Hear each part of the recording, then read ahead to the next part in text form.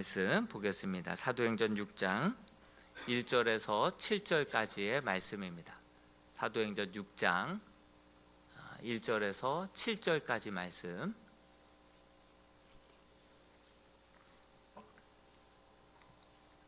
우리 찾으셨으면 한 절씩 교독하도록 하겠습니다. 6장 1절에서 7절까지의 말씀입니다. 그때의 제자가 더 많아졌는데 헬라파 유대인들이 자기의 과부들이 매일의 구제에 빠짐으로 히브리파 사람을 원망하니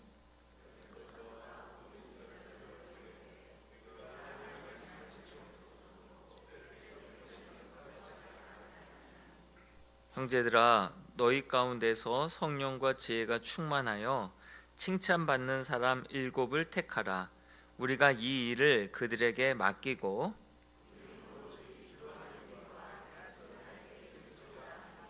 온 무리가 이 말을 기뻐하여 믿음과 성령이 충만한 사람 스데반과 또 빌립과 브로고로와 니가노르와 디몬과 바메나와 유대에 입교했던 안디옥 사람 니골라를 택하여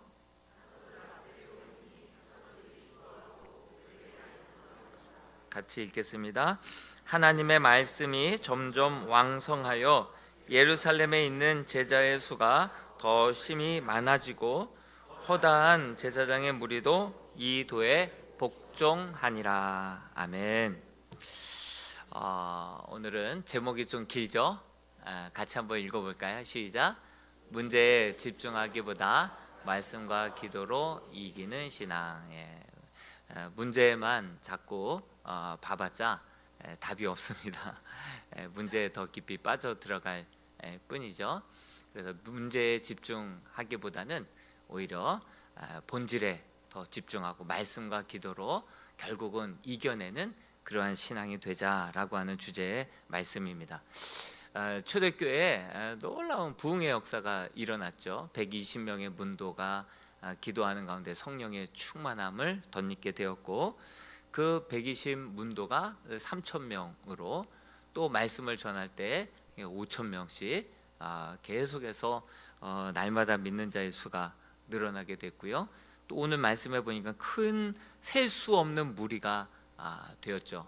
성도들이 갑자기 막 밀려오다 보니까 일손들이 많이 부족하죠. 그분들이 같이 예배를 드리고 또 봉사하고 공동체 생활을 하는 데 있어서 많은 도움의 이런저런 굳은 일들, 도움의 손길들이 많이 필요하지 않습니까? 그래서 일꾼을 세우는 말씀입니다. 참 항존직 선거를 이제 은혜 가운데 마쳤는데 참 그때마다 꼭 필요한 말씀으로 하나님께서 이끄시면서 어떤 마음으로 어떻게 준비하고 어떻게 나가야 될지를 이 말씀이 등불되고 성령이 스승 되셔서 우리 교회의 한 걸음 한 걸음을 비춰주시고 걸어갈 길, 행해야 할 일들을 알려주시는 것을 볼 때 우리 하나님이 우리 교회의 주인 되시는 줄로 믿습니다. 완전히 주님의 말씀에 귀를 기울이고 영적인 눈을 밝혀서 주님이 말씀하시는 대로, 주님이 이끄시는 대로 정말 말씀을 바꿀 것이 아니라 나 자신을 바꿔가면서 말씀이 우리의 삶이 될 수 있도록 나 자신을 쳐서 복종하고 not I but Christ, 나를 죽이고 주님을 세워가는 그러한 이름의 멋진 정말 믿음의 공동체가 될 수 있기를 주님의 이름으로 축복합니다. 계속해서 이제 부흥이 일어나는데 참 인생 투트랙이라고 좋은 일 있으면 또 어려운 일 있고 어려운 일 있다 보면 또 좋은 일 있고 계속해서 엎치락 뒤치락 하면서 초대교회가 계속해서 한 몇 주 동안 부흥이 있으면 위기가 오고 또 위기 후에 또 기회가 되고 발판이 되고 또 기회가 돼서 부흥을 맛봤는데 또 시기 질투로 오게 가지고 이런 계속해서 어려운 일들이 끊임없이 일어나는 거예요. 여러분, 이런 일들이 계속해서 반복될 때 우리 주님이 그 가운데 함께 계시면 모든 것을 합력하여 선으로 바꾸시고 인도하시는 우리 주님이 우리와 임마누엘의 주님으로 함께 계시기만 계시면 모든 위기도 모든 문제도 결국은 바꾸어 가시는 분이 우리 주님인 줄로 믿습니다. 그러므로 복 중의 복은 임마누엘의 복인 줄로 믿습니다.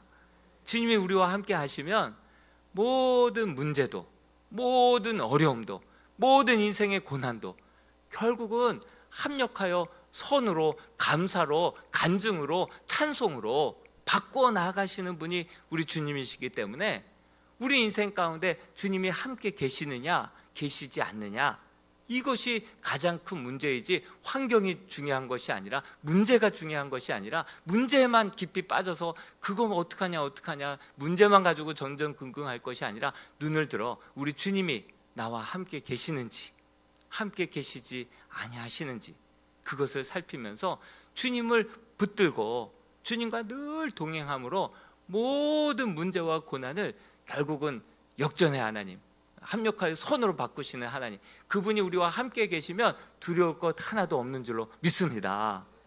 두려울 게 없는 거예요. 주님이 나와 함께 하신다면 걱정할 게 없는 거예요.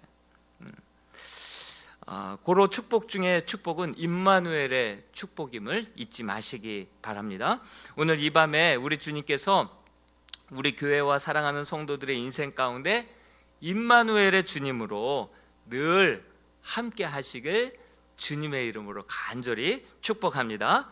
그래서 어떤 일이 있어도 전화위복이 되고 결국에는 승리케 하시고 역전케 하시는 그 주님 때문에 복된 인생, 결국에는 승리하는 인생 되시기를 주님의 이름으로 축원드립니다. 계속해서 교회가 엎치락 뒤치락 하는 모습을 보게 되죠. 교회가 부흥하자 핍박이 찾아옵니다. 그 외적인 문제죠. 이것을 잘 이겨내자 이것이 발판이 되고 부흥하게 됩니다. 그리고 교회가 막 부흥하다 보니까 새 가족들이 와서 막 열심을 내는 그러한 모습을 보더니 아나니아와 삽비라가 결국은 외식의 문제로 타락하게 되죠. 이건 내적인 문제죠. 나름 원 스트라이크 투 아웃이라고 그랬죠. 한 번에 두 명이 이렇게 갑자기 실려 나가게 됐을 때 교회적으로 큰 위기 아니었겠습니까? 그런데 그 일을 통하여서 온 성도들이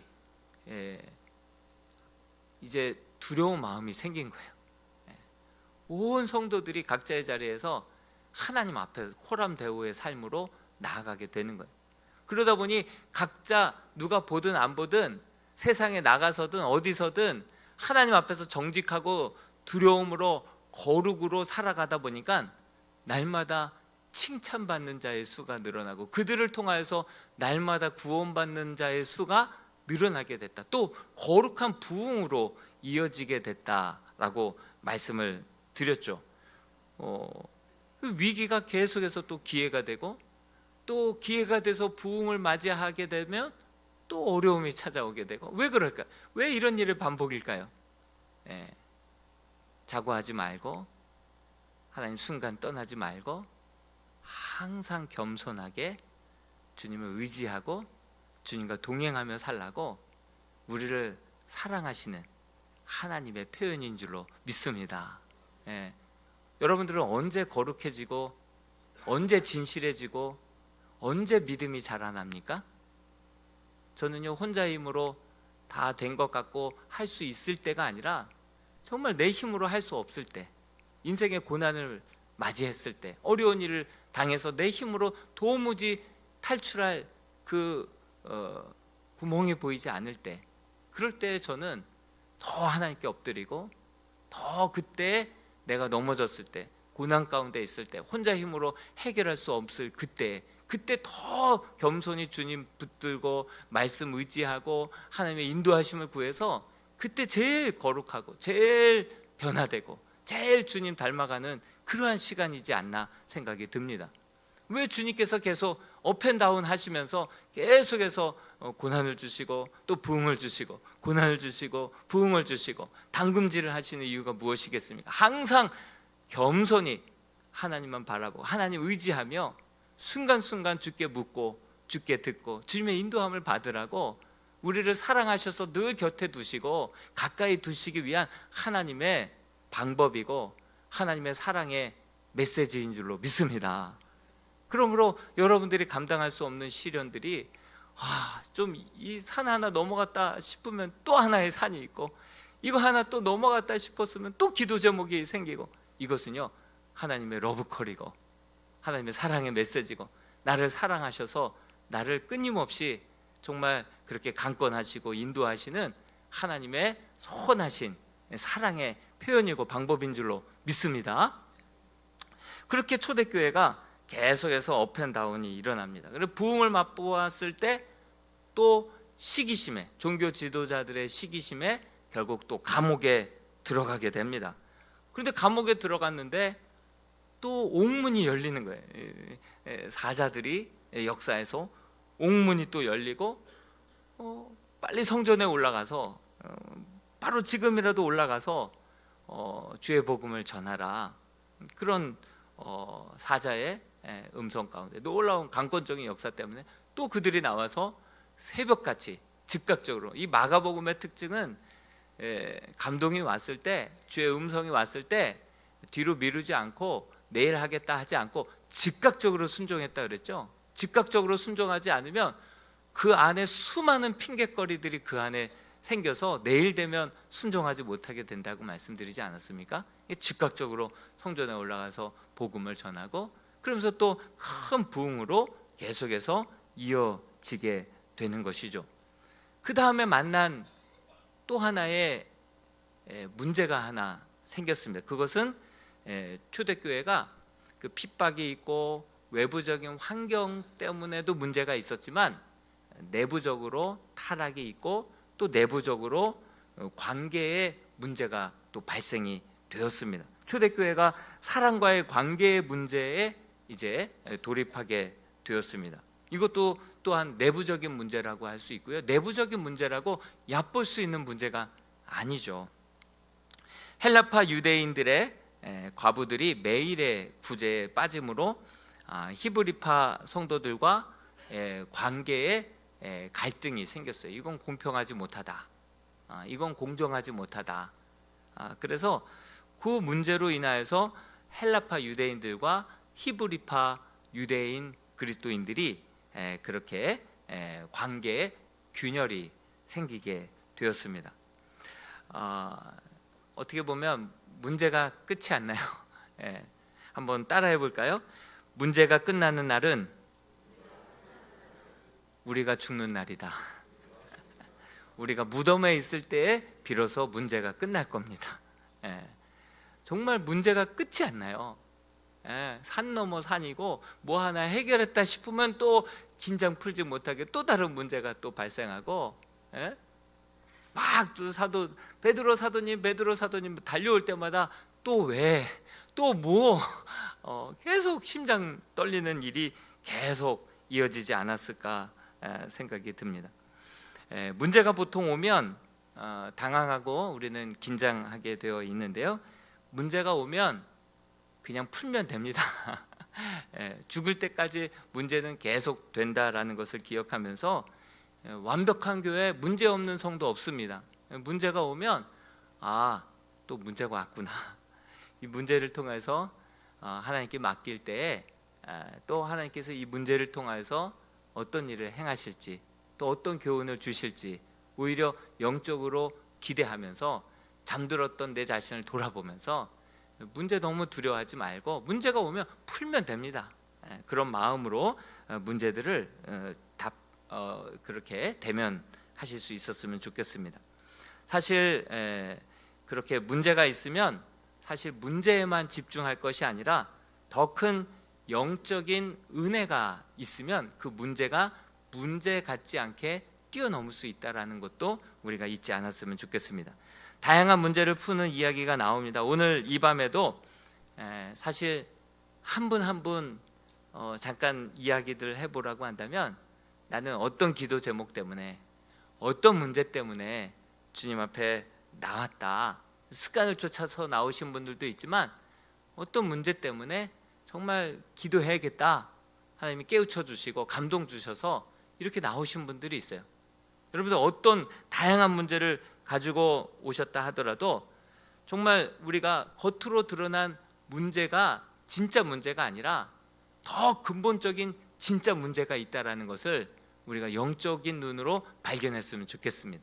그래서 그 문제를 해결해 버리면 그 문제는 안개 거치듯이 싹 사라지는 경우를 정말 적지 않게 경험을 합니다. 그 문제 때문에 주님 앞에 나왔는데 결국 그 문제가 아니라 그 보이지 않는 더 뿌리와 같은 근본적인 문제가 있다라는 것이죠. 근데 그 문제를 해결하고 나면 그 우리들 가운데 이렇게 우리에게 주어진 이 문제들은 안개 거치듯이 그냥 사라져 버리는 것을 경험하게 된다는 것이죠. 초대교회의 겉으로 드러난 문제는 구제의 문제로, 공평하지 못하다라고 하는 이 구제의 문제로, 관계의 문제로 이렇게 확대되었습니다. 문제만 보면 원망을 하게 됩니다. 그리고 서로 다투고 싸우게 됩니다. 그 문제 가운데 가장 큰 반응은 바로 원망이라고 하는 반응입니다. 가장 나쁜 해법도 원망입니다. 광야 이스라엘 백성들을 보시면 막 하나님 앞에 홍해 건넜다고 막 기뻐 뛰고 춤추고 막 감사하고 찬양하고 그러다가 바로 마라의 쓴물을 만나니까 또 하나님 앞에 원망하지 않았습니까? 하도 그 원망이 잦다 보니까 민수기에서는 네 말이 내게 들린 대로 내가 갚아주겠다, 그 정도로 하나님께서 원망에 대해서는 정말 치를 떨었던, 뭐 문제가 있으면 원망을 먼저 하게 되고 그것을 해법으로 여기는 그런 사람들이 이스라엘 백성들이었고 또 우리 많은 성도들이 그렇게 행하고 있지 않나 생각이 듭니다. 언제 원망이 나옵니까? 원망이 나오면 영적으로 우리의 상태가 어떤 상태인지를 반증해주고 있음을 알아야 돼요. 에너지 상태가 가장 바닥인 상태이면 원망이 나오게 돼 있어요. 여러분 자동차를 운전하다 보면 기름이 떨어지면 빨간불이 들어오지 않습니까? 기름이 앵꼬다. 빨간불 들어오면 이제 12km까지는 더 갈 수 있어요. 또 그거 믿고 고속도로 진입했다가 퍼지는 경우도 있죠. 그 우리가 빨간불이 딱 그 차에서 뜨면은 우리 차 안에 기름이 바닥이구나 라는 것을 드러내듯이 우리의 삶에 있어서 문제들 앞에서 자꾸 원망이 나오고 불평이 나오게 되면 우리의 내 안의 영적인 상태가 지금 바닥이구나, 그 경고등이 원망으로 떴구나, 그렇게 알면 맞습니다. 반면에 초대교회는 어떻습니까? 성령이 충만했죠. 성령 충만한 사람들을 세워서 문제 가운데 집어넣자 오히려 문제들이 문제 같지 않게 해결되지 않습니까? 성령 충만하면 문제가 더 이상 문제가 되지 않는다. 그런데 그 안에 성령이 충만하지 못하고 은혜가 충만하지 못하고 은혜가 바닥이 나 있고 앵꼬가 돼 있으면 자꾸 경고등과 같이 원망이 나오고 불평이 나오게 된다라고 하는 사실이죠. 그러면 무엇이 해법입니까? 성령의 충만함을, 말씀의 충만함, 은혜로 충만히 우리를 채우면 정말 이 문제가 문제 같지 않게 해결되는 놀라운 은혜도 여러분들의 삶을 통하여서 한번 각자의 케이스 바이 케이스를 통하여서 경험해 볼 수 있기를 간절히 소망합니다. 성령 충만하면 특징이 자기 부인입니다. 자기 부인. 재산도 자기 것이라고 주장하는 사람도 없고 자기 주장을 막 펼치는 사람도 없습니다. 성령이 충만하고 지혜가 충만한 사람이 들어가서 나는 죽고 예수로 살게 되면 그 모든 갈등들이 봉합이 되고 문제가 문제 같지 않게 해결되는 놀라운 은혜와 역사가 함께 뒤따르게 된다라고 하는 사실이죠. 대표적인 예로 사도행전 4장 32절 말씀을 같이 한번 스크린을 보고 읽어 보겠습니다. 시작.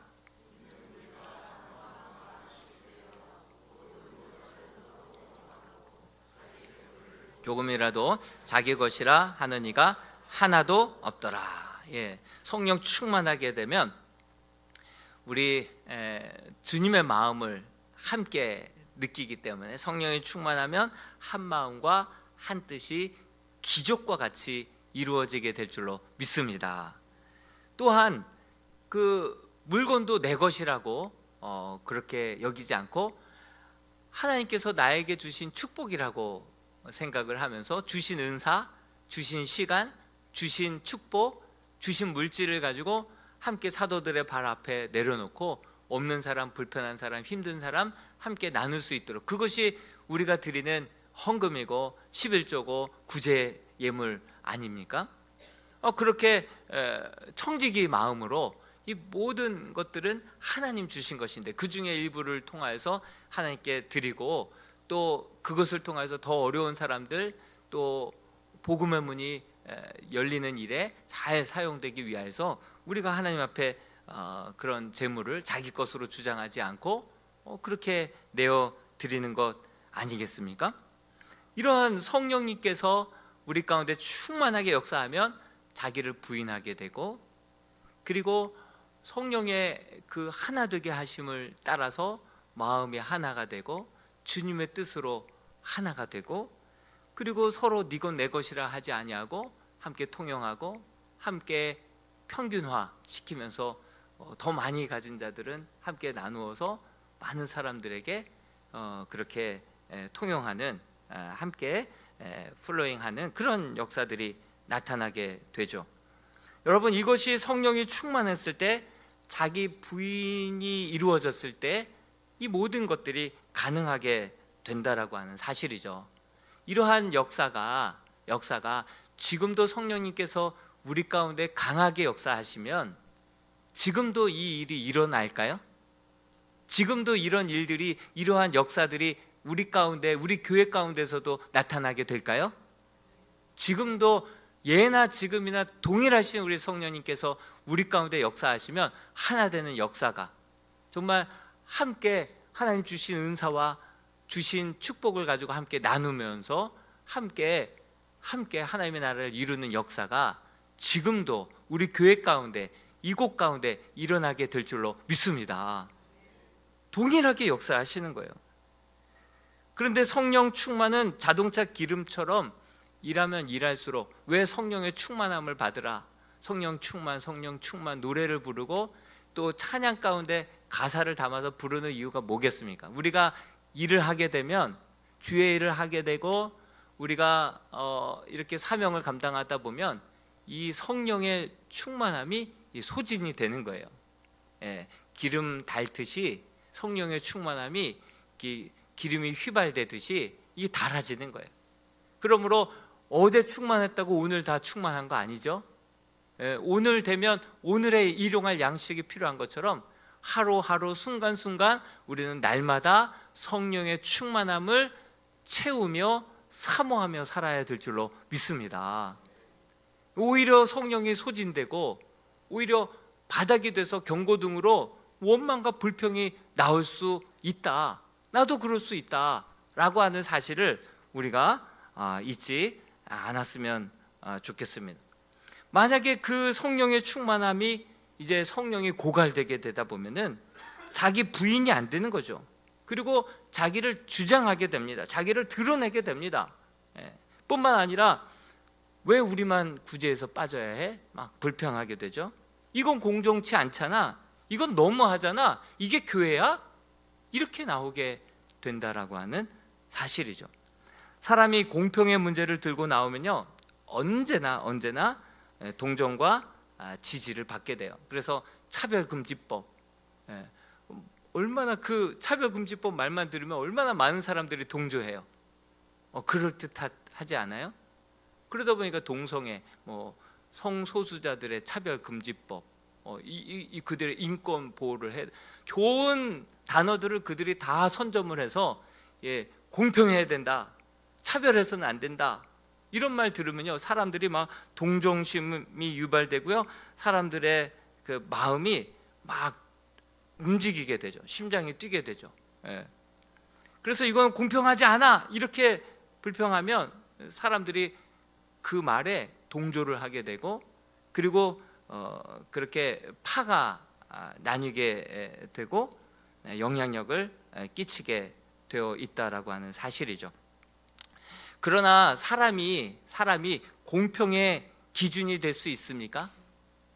사람이 선악의 기준을 세울 수 있습니까? 사람의 정의를 외치고 공정을 이렇게 외치지만 모두들 외치는 사람들 하나같이 자기 중심적으로 공의와 정의를 외칠 뿐이에요. 주관적인 정의를 외칠 뿐이에요. 그렇기 때문에 이게 법이요 얘기하고 이게 공정이요 이게 공평이요 이렇게 얘기를 해도요, 사람들은요 자기 주관적으로 정의를 외칠 수밖에 없어요. 자기 입장에서의 정의를 외칠 수밖에 없어요. 그래서 팔을 안으로 굽는다고 엘리베이터를 타고 앞집 아이와 우리 집 아이가 탔어요. 그럼 누구에게 잘해주겠어요? 자원은 한정되어 있는데 누구에게 잘해주겠어요? 여러분, 후보가 15명이 나왔고 10명을 뽑아야 돼. 누구를 뽑겠어요? 잘 아는 사람 뽑지 않겠어요? 아니, 일꾼을 뽑으라고 그랬더니 자기 아는 사람, 이 사람밖에 없어. 그래서 아는 사람을 찍어요. 아는 사람을. 예? 일꾼을 좀 뽑으라고 그랬더니 교회를 생각해서 뽑으라고 그랬더니 아는 사람이라고 뽑아요. 우리가 그렇다니까요. 우리의 기준이 그래요. 우리의 기준이 그렇다는 거예요. 정의를 외치고 이건 공평하지 않아 막 그렇게 이건 기준에 맞지 않아 막 얘기를 하는데 다 하나같이 자기 입장에서의 공정이고 공평이고 정의지 너무나도 다 하나같이 주관적일 수밖에 없습니다. 뭐든지 자원에는 한계가 있기 때문에 누구를 더 주면 누구는 덜 줄 수밖에 없는 것이죠. 여러분, 그래서 정말 우리가 이번 항존직 선거를 통하여서 정말 하나님의 나라와 영광을 위해서 일 잘하시는 분들을 뽑으라고 했더니 자기 친한 사람, 잘 아는 사람만 뽑았어요. 그러면 이제 답이 뭘까요? 이제 앞으로는 정말 우리 항존 직분자들이 더욱더 하나님의 은혜를 사모하고 예배를 사모하고 기도를 사모하고 성령의 충만함을 받는 자리를 사모하는 자가 되어야 될 줄로 믿습니다. 정말 교회의 일이라고 한다면 팔 걷어붙이고 하나님의 복음이 흥황되게 되고 말씀이 삶이 되고 이런 놀라운 은혜와 역사들이 나타나는 그 현장 가운데 달려가서 엉덩이로 섬기고 정말 기도의 자리에 정말 이 시간은 내 시간이 아니다 생각하고 성령의 충만함을 받는 자리, 말씀이 우리의 삶이 되는 자리, 하나님의 은혜를 우리가 충만하게 받는 그 자리를 사모하는 마음으로 사명감을 가지고 달려 나와야 될 줄로 믿습니다. 헬라파 유대인들과 히브리파 유대인들 가운데 서로들 자기 파를 더 잘해 주다 보니까 이렇게 당파 싸움이 일어나게 되었습니다. 그때 당시 교회 내에는 헬라파 유대인들이 있었고 히브리파 유대인들이 있었어요. 헬라파는 이방 말을 쓰는 그런 유대인이었죠. 그러니까 나라가 망했을 때 나라를 뭐 버렸든지 아니면 끌려갔든지 자이든 타이든 나라를 떠나서 이방 가운데서 디아스포라 유대인으로 살았던 유대인들이었죠. 그러다 보니 그들이 이제 그렇게 다시금 나라로 돌아왔는데 기존에 끝까지 남아 있었던 히브리파 유대인들은 그래도 땅을 차지하고 있고 그래도 농장의 주인이 되었고 집도 있고 재산도 있었겠죠. 근데 헬라파 유대인들은 또 막 떠돌아다니면서 객으로 고아와 같이 그렇게 어려운 생활을 하다가 어렵게 고국에 돌아왔는데 땅도 없고요, 가지고 있는 것도 없어요. 그러다 보니 소작농이 될 수밖에 없고요, 가난한 과부로 살아갈 수밖에 없었죠. 그래서 이스라엘 그 무리들 가운데 그리스도인들이 된 사람들 가운데 헬라파 유대인이 있었고 히브리파 유대인들이 있었는데 이들이 어떤 갈등이 있었는지 고린도전서 11장에 여실히 그 말씀이 나오거든요. 같이 한번 읽어볼까요? 시작. 그런즉 너희가 함께 모여서 주의 만찬을 먹을 수 없으니 이는 먹을 때에 각각 자기의 만찬을 먼저 갖다 먹음으로 어떤 사람은 시장하고 어떤 사람은 취함이라. 너희가 먹고 마실 집이 없느냐? 너희가 하나님의 교회를 업신 여기고 빈궁한 자들을 부끄럽게 하느냐? 내가 너희에게 무슨 말을 하랴? 너희를 칭찬하랴? 이것으로 칭찬하지 않노라. 여러분, 예배를 드리는데 이 히브리파 유대인들은 땅의 주인들이고 또 집의 포도원의 주인들이고 좀 가진 자예요. 그러다 보니까 시간이 자유롭죠. 그 예배 시간 몇 시다 그러면 훨씬 더 이전에 음식을 싸가지고 포도주와 또 떡을 싸가지고 일찍 도착하죠. 그래서 그 예배와 모임 시간 전에 미리 그것을 먹고 마십니다. 물 개념이 포도주였기 때문에 먹고 마시다 보니까 어떤 사람은 배가 이미 불렀고 또 어떤 사람은 그 포도주를 나눠 먹으려고 넉넉히 가져왔는데 지들이 다 먹은 거예요. 그러다 보니까 어떤 사람은 벌써 취해 있었던 거예요. 그런 상태로 예배에 들어가게 되는 거예요.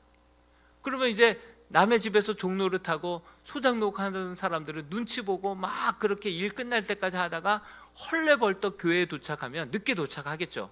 왔는데 이미 먹을 건 다 먹었어요. 배고픈 상태에서 또 예배를 들어가야 되는데 이미 많은 사람들이 차고 있으니 저쪽 뒤쪽에 앉아야 되고 또 장막 밖에 앉아서 귀뚱냥으로 예배를 코로 드리는지 입으로 드리는지 졸다가 가죠.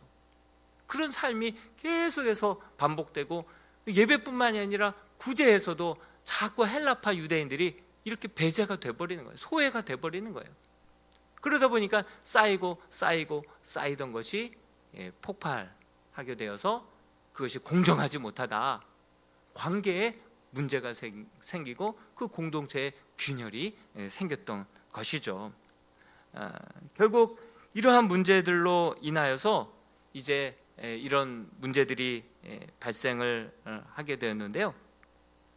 공평의 문제로 깨어진 관계를 어떻게 해결할 수가 있겠습니까? 인간이 죄인이기 때문에 이 공평, 구호를 외치고 공평의 기준을 새롭게 세운들 인간은 자기 주관적인 공평을 얘기하기 때문에 진정 공평으로 잘 그렇게 공동체를 유지할 수가 없죠. 있는 사람들 것을 빼앗아서 없는 사람들에게 나눠줬던 그 인본주의, 그 유물사관, 그 사회주의자들은요 있는 사람들 것을 뺏었어요. 강제적으로 뺏어서 없는 사람들에게 나누어 준다. 그래서 유토피아를 만든다. 이론상으로는 맞아요.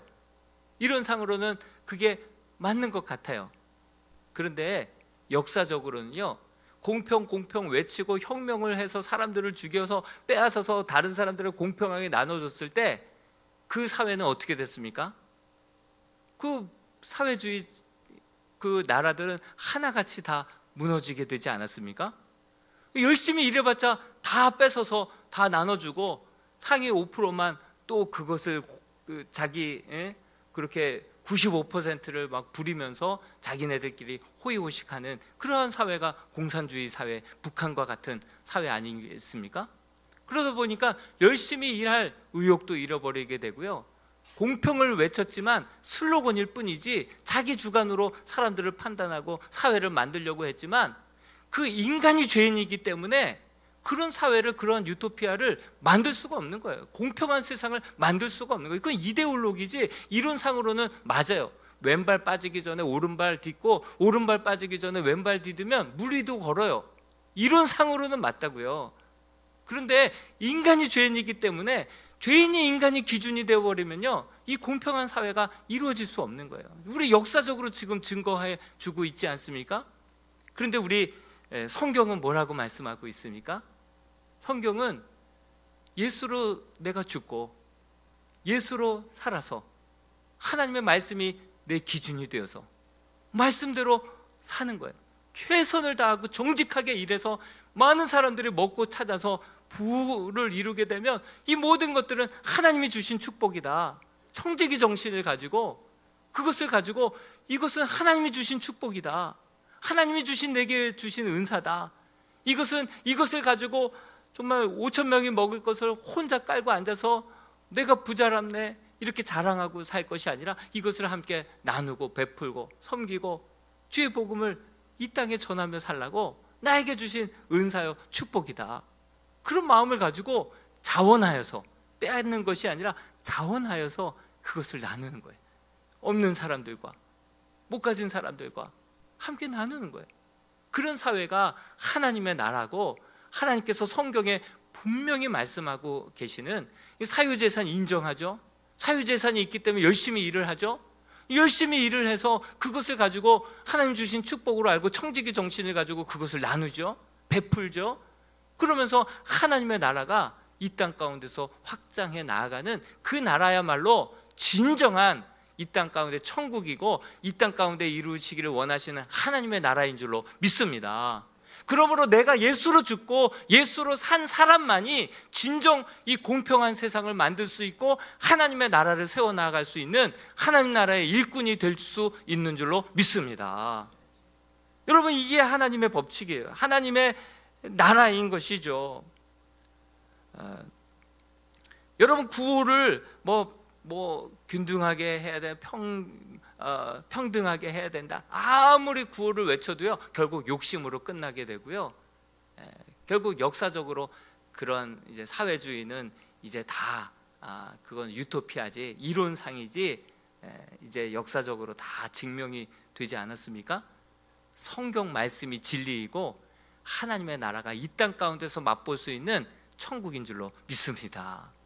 내가 죽고 예수로 산 자만이, 청지기 정신을 가지고 살아간 자만이 이 땅을 한 평 한 평 하나님의 나라로 이루어가고 세워 나아갈 수 있다라고 하는 사실이죠. 여러분, 이렇게 거듭난 사람들이 초대교회의 일꾼이 되니까 어떤 역사들이 일어났습니까? 여러분, 사도들이 말씀과 기도에 전무하고, 이렇게 성령 충만하고 지혜가 충만하고 이렇게 거듭난 성령에 충만한 일꾼들이 그렇게 세워지게 되자 그 교회에 피상적으로 보였던 그 관계의 문제들, 하나 되지 못했던 문제들이 어떻게 해결이 됩니까? 우리 사도행전 6장 7절 말씀을 읽고 이제 마무리하겠습니다. 6장 7절 말씀을 시작. 하나님의 말씀이 점점 왕성하여 예루살렘에 있는 제자의 수가 더 심히 많아지고 허다한 제사장의 무리도 이 도에 복종하니라. 문제가 해결될 뿐만이 아니라, 여러분, 정말 말씀이 이렇게 삶이 되고 성도들이 제자가 되고 완강하던 제사장들까지도 그 도에 복종하는 놀라운 변화와 부흥의 역사가 일어나게 된 줄로 믿습니다. 여러분, 사도들이 이렇게 말씀과 기도에 전무하고 이렇게 성령에 충만한 7 집사들, 일꾼들이 이렇게 세워지고 빚어지게 되자 그들이 이런저런 외관상 보여지는 그러한 갈등의 문제, 관계의 문제, 그런 문제들이 그냥 그 문제들을 우습게 해결해 나가지 않습니까? 여러분, 그러므로 갈등의 문제, 평등치 못한 이 문제는 겉으로 드러난 문제일 뿐이고, 우리가 더욱더 성령의 사람이 되고 말씀의 사람이 되고 기도의 사람이 될 때, 이제 거듭난 주님의 참된 복음의 일꾼이 될 때, 이 겉으로 보이는 그런 문제들은, 그런 사람들이 세워지고 그런 사람들이 하나님의 나라를 위하여서 함께 봉사하고 함께 받들어 나아갈 때 이 교회가 정말 하나 되는 역사가, 변화되는 역사가, 부흥하는 역사가, 그 문제가 문제도 되지 않게 안개처럼 사라지는 역사가 일어나게 될 줄로 믿습니다. 그러므로 우리의 존재가 변화되면 이제 그런 작은 문제들은 문제 같지 않게 해결된다는 사실을 기억하면서, 정말 우리 이람의 성도들, 특별히 이번에 장로님으로 피택되고 안수집사로 피택되고 권사로 피택되신 분들이 예배의 사람, 기도의 사람, 순종의 사람, 성령의 사람이 될 수 있기를 주님의 이름으로 축복합니다. 그러한 은혜가 우리 모든 이람의 공동체 가운데 있게 되기를 주님의 이름으로 축복합니다. 우리 같이